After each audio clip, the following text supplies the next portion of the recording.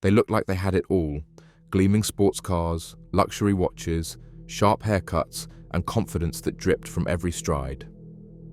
On the streets of Coventry, they moved like local royalty, young, clean-cut, and seemingly successful. But behind the smiles and designer wardrobes was something far darker. This wasn't lifestyle branding. It was a front for one of the most organized drug trafficking networks in the Midlands. For months, they played the part, driving high-spec Audis, flashing Rolexes, booking hotel rooms in cities they claimed to be working in. But there were no businesses, no real jobs, just couriers, codes, and cocaine. At the center of it all was Jonathan Mann, the quiet manipulator who called the shots from a distance. Around him, a crew of trusted lieutenants ferried kilos of Class A drugs across England, efficient, fast, and always a step ahead of suspicion. They weren't chaotic, they were clinical, they weren't hiding, they were blending in. And for a while, it worked. But even the best disguises don't last forever. And when the mask cracked, it wasn't just drugs the police found. It was guns, cash, encrypted phones, and a digital paper trail that told a story none of them could erase. This is the rise and fall of Jonathan Mann's Coventry drug empire, an operation built on precision, protected by arrogance, and destroyed by quiet surveillance. Jonathan Mann wasn't loud. He didn't flash stacks of cash or throw parties that filled social media feeds.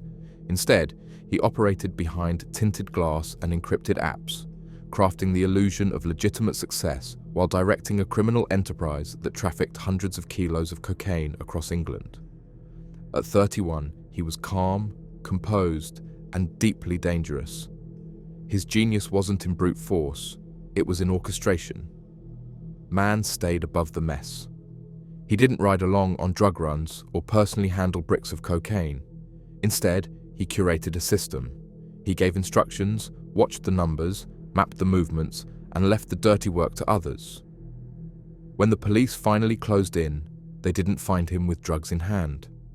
They found digital trails, coded messages, clean bank accounts, and a paper-thin image of respectability that had fooled nearly everyone outside the operation. Mann's leadership was deliberate.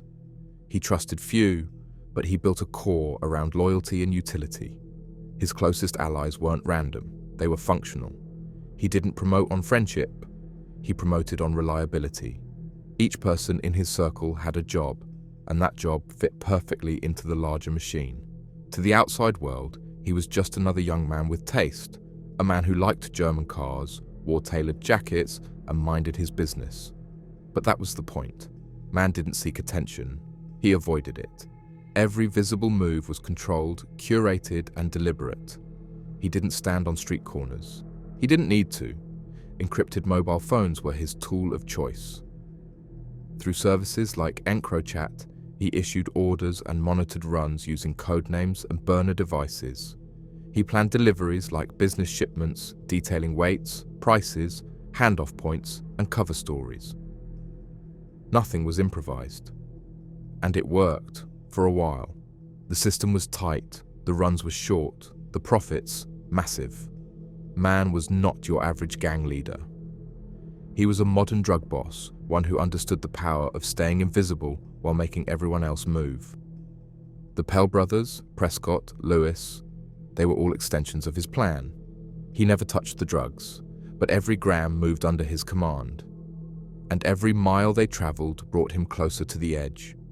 Luke and Alexander Pell didn't need introductions in Jonathan Mann's world. They were his workhorses, brothers bound not just by blood, but by discipline and trust. While others played minor roles, the Pells were essential. For months they traveled the length of England, city to city, hotel to hotel, executing deliveries with military precision. Between April and November 2022 alone, they made over 160 documented trips.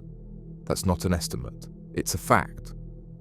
Police surveillance clocked them moving back and forth from Coventry to key drop-off locations in Bristol, Leicester, Crewe, and beyond. The pattern was simple. Drive in, check into a budget hotel, unload, rest and return. No nights out, no parties, just clean clothes, fueled cars, and cargo that never stayed long in one place. They weren't reckless, quite the opposite. Everything they did was built around avoiding attention. They used different routes, rotated vehicles, and booked hotels under different names. Each trip was fast, often less than 24 hours, and each journey masked a larger network of street-level suppliers waiting on the other end. They weren't street dealers, they were couriers for a national distribution system. Luke, the elder, took lead on logistics. Alexander followed his cue. CCTV footage and hotel check-ins placed them consistently together, always on the move, always cautious. No extravagant spending, no wild behavior, just silent, systematic distribution. Their loyalty to man was never questioned. He gave the orders, they executed them. They weren't high-level strategists, but they were efficient, consistent, and trustworthy. In an industry where greed and ego often spark mistakes, the Pell brothers stood out for their discipline. But even discipline has limits. Their consistency, once their strength, became their weakness. The repetition of routes, hotels, and driving patterns created a roadmap for detectives. Surveillance teams built timelines, matched dates, and eventually formed a network map so complete it made conviction inevitable. They thought they were ghosts, fast, low-profile, invisible, but ghosts still leave footprints. And the Pell brothers left hundreds of them across England's roads. Ryan Prescott didn't say much. He didn't have to. At 29, he was the kind of man who got things done without leaving a mess. To Jonathan Mann, he was the muscle behind the movement, the one who could be trusted with serious weight. Prescott's role was simple: pick up, drive, deliver. But the scale wasn't. He moved over 100 kilos of cocaine on his own, a volume with a street value running deep into the millions.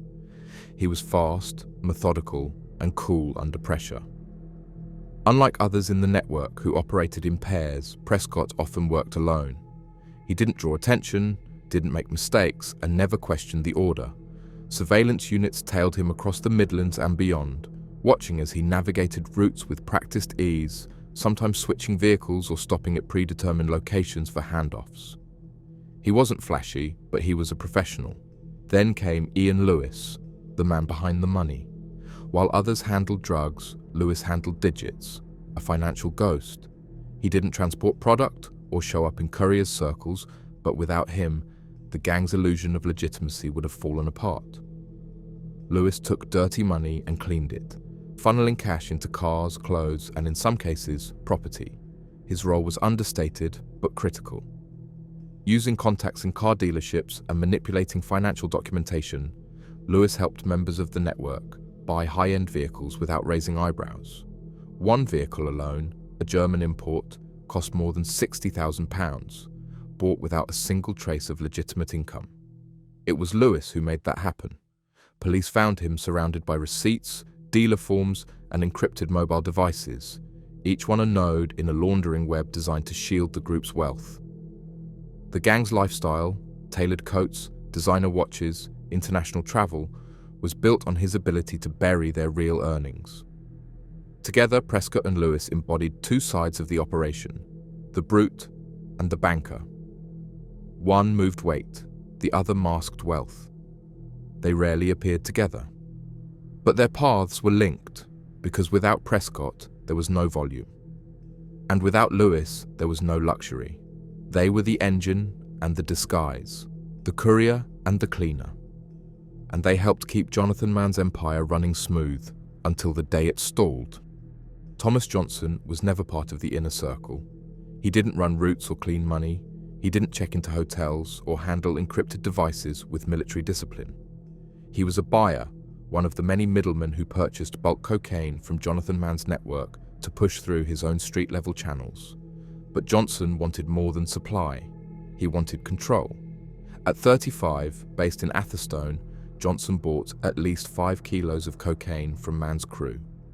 That amount alone marked him as serious. He wasn't dabbling, he was distributing.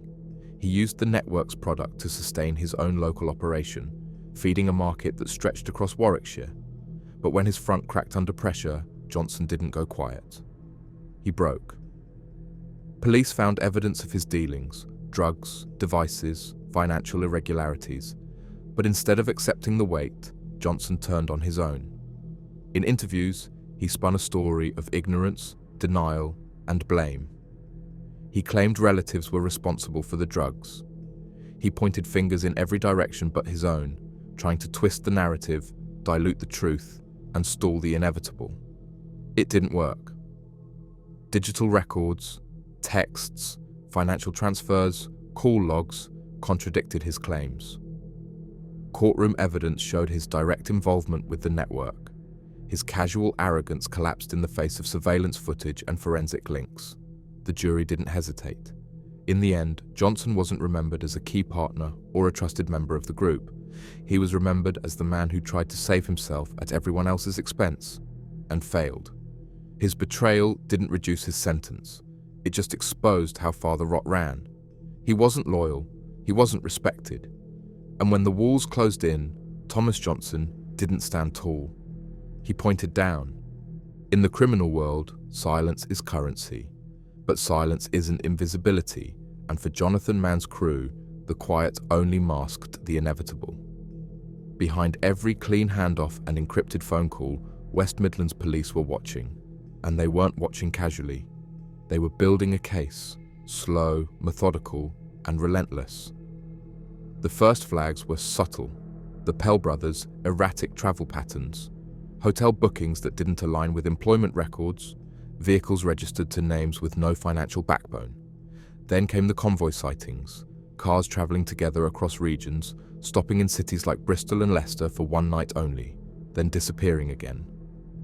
No consistent job, no visible income, just movement, fast and frequent. Undercover teams were dispatched, vehicles were tracked, plates recorded, CCTV gathered. But surveillance was only one half of the operation. The other half came in silence, digital forensics. Early arrests in linked investigations yielded encrypted phones, EncroChat, Sky ECC, devices loaded with conversations the gang assumed were buried forever. But buried doesn't mean unreachable, and when police got access to backup data stored in cloud caches, the gang's firewall cracked. The chats were clinical. Messages discussed exact quantities of cocaine, meeting points, split payments. Code names like Greyman and Cookies veiled real identities, but context made them clear. There were jokes about prices, complaints about delays, boasts about volumes. Mann's orders came through direct but encrypted lines. The Pell brothers' runs were mapped, discussed, confirmed. Prescott's kilo drops were timed to the minute. Nothing was abstract. Police had enough. They didn't want arrests. They wanted the whole structure, top to bottom, gear to guns. So, in late 2022, after months of surveillance and digital tracing, they made their move. The raids were swift, early morning, rain-soaked streets, coordinated strikes on addresses across Coventry and Atherstone. At Luke Pell's home, they found something that shifted the case completely. A modified handgun, converted to fire-live rounds. It was hidden, wrapped carefully, clearly prepared for use. Suddenly, this wasn't just a drugs conspiracy. This was a network armed for violence. Elsewhere, it was chaos. Officers uncovered 21 kilos of cocaine and nearly 5 kilos of ketamine. Wardrobes had secret panels. Loft spaces had insulation shielding bundles. Suitcases under beds were filled with cash, £450,000 in total. Encrypted phones were everywhere. Some were powered off. Others were rigged to auto-wipe on incorrect password entries. Still, police recovered damning records. And then there was Ian Lewis's digital trail, paperwork linking him to luxury car purchases, his name on dealership receipts for vehicles costing tens of thousands, despite no traceable income. He had built the gang's clean front. Now it was evidence. No one ran. No one escaped. Every member was arrested within hours. No dramatic standoffs, just a quiet end to a loud lie. The operation that once moved silently through England's cities was now exposed in full daylight. Every car, every trip, every gram, tracked, recorded, seized. The empire didn't explode. It eroded, one surveillance note at a time. And when it fell completely. It ended in a courtroom. Not in the streets, not in a car chase, not in some last act of defiance, but in a quiet room, under fluorescent lights, with 6 men sitting behind glass as their empire was unpacked piece by piece. Years of planning, profits and paranoia were reduced to hard drives, cash bundles and itemized seizure reports. At Birmingham Crown Court, the judge was clear. This was not petty dealing. This was a deliberate, organised and deeply damaging operation that had pushed tens of millions of pounds worth of Class A drugs across the UK. He described the group as calculated and cold in their execution, professional criminals who operated with corporate efficiency. Jonathan Mann, the orchestrator, received 13 years and 4 months. The court recognised his strategic detachment, his control over the network, and his use of others to insulate himself from risk. He never touched the product, but he touched every plan, every route, every coin. Thomas Johnson, the buyer who turned on his own family in a desperate bid for leniency, was handed 16 years. His betrayal and subsequent courtroom lies only deepened his sentence. He wasn't duped, he was a dealer with his own ambition, and the court saw straight through him. Luke Pell, who logged more than 160 drug trips across England, was sentenced to 13 years and 2 months. His brother, Alexander Pell, received 9 years, slightly less due to a more subordinate role. Ryan Prescott, the solo courier responsible for shifting over 100 kilos, was given 8 years. Ian Lewis, the launderer who masked criminal money through luxury cars and false fronts, received the lightest sentence. 3 years, reflecting his limited but essential role. A spokesperson for West Midlands Police later stated, "These men built an empire on addiction and illusion, but no matter how well they planned, we were there, watching, recording, waiting." Today, the cars are impounded, the phones are tagged as exhibits, the designer watches gather dust in storage lockers. And the men who once moved in silence are now locked in cells, without signal, without encryption, without escape.